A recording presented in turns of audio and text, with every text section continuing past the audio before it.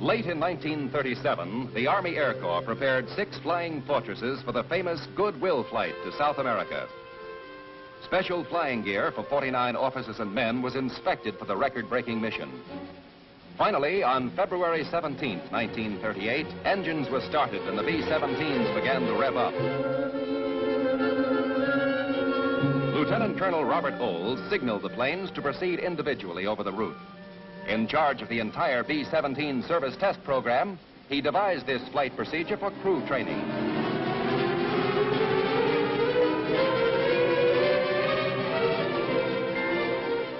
Rendezvousing at each day's objective, they engaged in the only formation flying of the trip.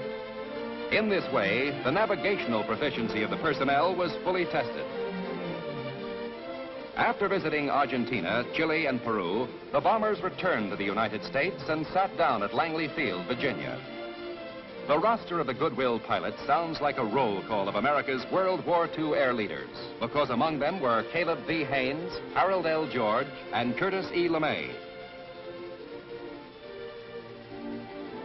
Such missions were labeled the great expeditions of the first generation of human flight. Later, Secretary of War Harry Woodring led a party of us, including Generals Arnold and Emmons, to honor the 2nd Bombardment Group. For achieving the most outstanding Army Air Corps flight of the year, we awarded them the highly prized Mackay Trophy. All 49 men were saluted for their high degree of skill in pilotage and navigation in accomplishing the 10,000-mile mission. Meanwhile, with the advent of Hitler, the German Air Force came back to life. Glider clubs for Hitler youths were fostered throughout the fatherland. For the bigger boys, flying sports clubs were the attraction. First, Germany's aviation industry was ordered to build only commercial planes, easily convertible for military purposes. Then, ignoring the Versailles Treaty, Hitler gave Air Minister Goering the green light to go into mass production of fighters and bombers.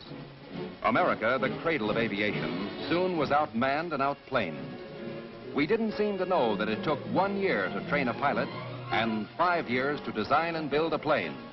Hermann Goering did.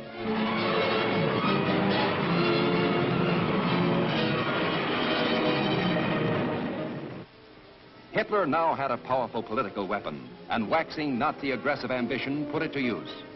Mechanized forces with 400 aircraft began to cross the Austrian border on March 11, 1938. Hitler himself followed the next day and formally swallowed up the Republic of Austria and its small air force. Prelude to World War II. As a result, Major General Frank Andrews gave us orders to put the nation's GHQ Air Force on defense maneuvers.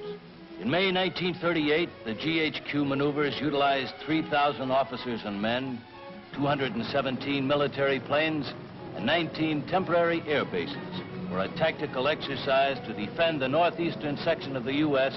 against an air attack by American squadrons assuming the role of an enemy force. To assist General Andrews, we came from bases all over the country and aided him in planning the biggest show of its kind in the nation's air history. One of the highlights was to be a mock attack on the city of Farmingdale, near Mitchell Field, and a blackout of the area as the first U.S. air defense test. Weather intelligence as well as tower operations were alerted. Taking part was the small fleet of Boeing fortresses, commanded by General Krogstad of the 2nd Wing. A few squadrons of Douglas B-18s, the new bomber favored by Congress and the Army, commanded by General Emmons of the 1st Wing, and several echelons of stubby P-26 fighters, which stepped down to treat New York's skyscrapers to an aerial thrill. Attacking bombers headed for the target, Farmingdale, home of the Seversky and Grumman aircraft plants. As night fell, newscasters like Bob Trout helped alert the defending planes of the 3rd Wing at Mitchell Field, as well as the surrounding Long Island community. At the first sound of approaching enemy aircraft, Farmingdale responded to the air raid signal with enthusiastic cooperation.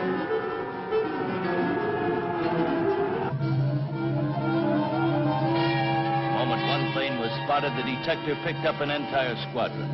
They dropped flares instead of bombs, and with blank ammunition, the defenders hit back.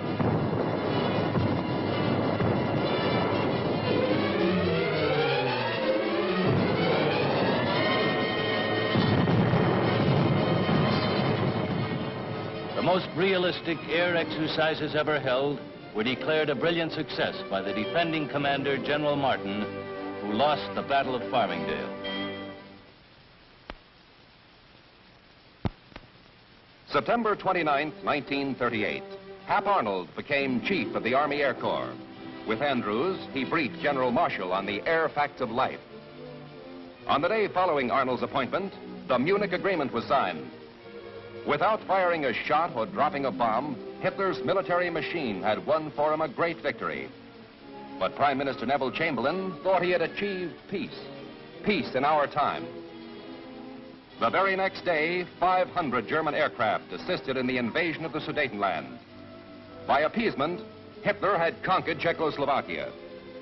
6 months later, the Czech Republic was dissolved. Munich taught America a great lesson. In international diplomacy, as in poker, you can't win if someone else holds all the aces. So in 1939, the Air Corps began to expand, to give the nation minimum air protection.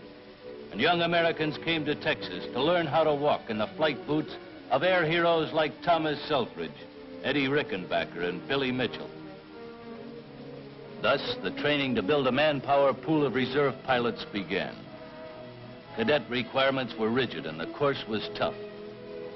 In fact, only 50% of each class made the grade.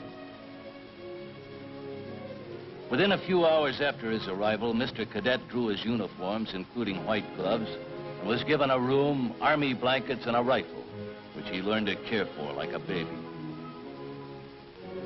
Stern-faced and serious upperclassmen received their orders to guide the new flying cadets, whom they called dodos, through the intensive ground and aerial courses. Before the dodos learned to fly, they became soldiers. In 1 year, they had to absorb the Army's long tradition of service, honor, loyalty, and discipline, so that later they would know how to command. For the cadet was more than a prospective aviator. He was a potential officer in the Army Air Corps. For the academic phase of the life at Randolph Field, the Department of Ground Training provided the new cadet in the primary stage with intensive studies in meteorology, navigation, radio, and air regulations. In fact, all the knowledge necessary to become the best darn pilot in the world. When we marched into the mess hall, we were anxious to hear the orders of the day. Classes which were promoted into basic training were announced by the cadet adjutant. The next morning, my new officer instructor was waiting for me when my class reported for duty. Those of us who weren't washed out thought we were pretty hot pilots. But soon after breaking ranks, we realized we had a lot to learn when we met a real flyer. We were about to spend a lot of time with this man and our new basic training plane, and we liked them both from the start. After flying primary trainers, the slick BT-9s looked like push-button flying jobs. We still didn't have to worry about retractable landing gear or armament, but now we did have to work flaps, trim tabs, operate radio, and other new devices. There was so much aerial activity at Randolph Field that some joker figured we used to fly 3 times around the Earth each day.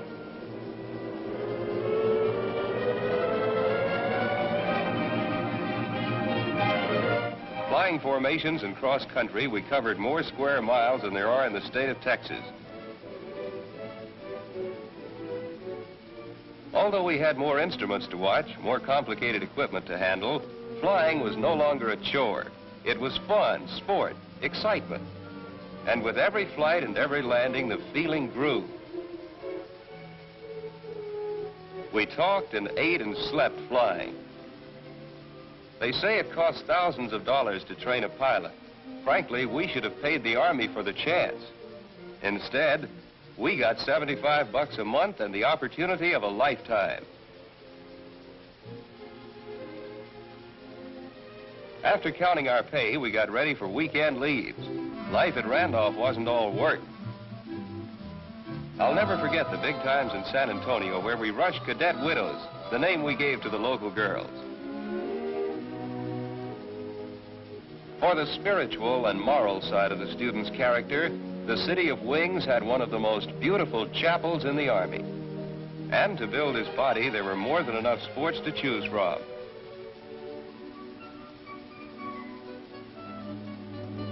One thing I bet none of us will ever forget was the calisthenics with rifles before breakfast. For advanced training, we sent the fledgling flyer to nearby Kelly Field. There, he flew an AT-6.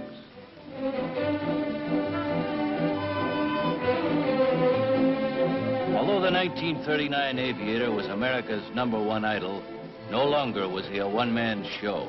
That ended in 1918. Teamwork was the keynote for training, just as each cadet learned that it was the basis of all flying. The leader and his wingmen were a team, pilot and air crew, flyer and ground crew.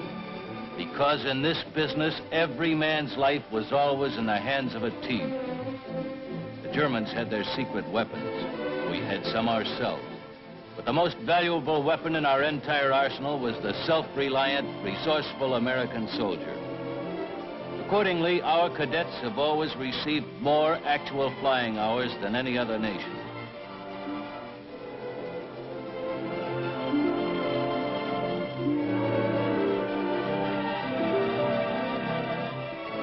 When the cadet brought his ship in for the last time, he was ready for graduation. With simple ceremonies, the cadets were sworn in and commissioned as second lieutenants in the Reserve Corps. Later, the graduates received their certificates and silver wings. Rigid and careful training had converted raw recruits into men mentally, morally, and physically fit to help defend the nation. Surrounded by their admiring families and friends, the cadets learned there were many rewards, personal as well as patriotic, for the best darn pilots in the world. Keeping pace with the big national defense efforts, pilot and other Army Air Corps training programs were marching forward to create air preparedness. When the new expansion program was finally put into operation during this prelude to war, the few hundred graduates of 1939 were but the vanguard of a great army of Americans learning to fly in defense of the United States. The goal of the Air Arm has not been to create a large standing army of service flyers, but rather to build up a reserve of trained personnel upon which it could call in times of national emergency. As we shall see in later chapters, 1939 was the birth of the belief that a strong Air Force would not only go a long way toward keeping America out of war, a strong Air Force would be absolutely vital in keeping war out of America.